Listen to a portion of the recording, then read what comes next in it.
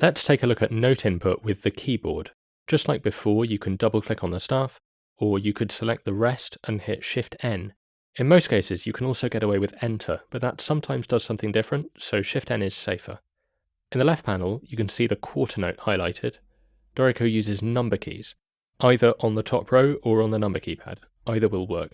A quarter note is 6, and then the longer the note, the higher the number, so 7's a half, 8's a whole note, and so on. Going down from 6, 5 is an eighth, 4 is a 16th, and so on. Pitches are the letters A to G, so I'm going to hit 5 for an eighth, then I'm going to type D. Oops, Dorico's put it in the wrong octave. If you want to shunt a note up or down an octave, that's Command-Opt up and down, or Control-Alt up and down on Windows. So here I'm going to go Command-Opt up, and then I'm going to type C, B, A, 6, G, B, 5, E, D, equals for sharp, C, B, 7, A. I've got an octave jump here. Now if I type A, Dorico is going to give me the same one I just typed, because it always goes for the closest note. If you want to force the register of a note up, you can type Shift and Alt and the pitch. So here I'm going to type Shift Alt A. If you want to force the next pitch to go down, you can go Control and the pitch. On Windows that's actually Control Alt and the pitch. So I'm going to go Control A, and now we've got one down the octave. Let me undo that. And so again, Shift Alt to go up. If I was to put in D, it's going to go for the one a fourth above. If I wanted to go down, that's Control D. I'm going to undo that. I've got a number of ways of making a gap for this rest.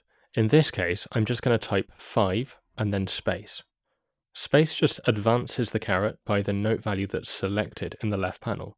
Notice it doesn't input a rest, it just moves the caret along. So while I've got 5 selected for eighths, I'll type G, and then I'm going to type T for tie. You can see that the tie icon is highlighted in the left panel, but the tie itself doesn't show on screen until I type the next note, which incidentally has overwritten what I had in this staff before. Okay, E, 6, D, 4 for 16ths, C, B, A, G, and for these triplets I'm going to hit 5 for eighths, then I'm going to type the shortcut for tuplets, which is semicolon. This works differently to clicking the button in the left panel. It's going to give you the tuplet popover, which is a speedy way to get information in from the keyboard. There are loads of these popovers, and we'll come to some of them later. For a straight triplet, I can just type 3 enter, and it sets up a triplet. So I'm going to go equals for a sharp, F, G, A. If you use the popover, the tuplets are sticky, so if I keep typing, it's going to keep typing tuplets. To cancel tuplets, you have to type Shift semicolon, so that's semicolon to turn on tuplets, and Shift semicolon to turn off tuplets. Let's finish this off. I'm going to go B, G, and then again I'm going to go Shift Alt D to put this D up, and then just D. If you've got a MIDI keyboard, that's a really quick way to get pitches into Dorico. Most of the time it's completely plug and play. There's a little indicator that shows when Dorico is receiving MIDI data.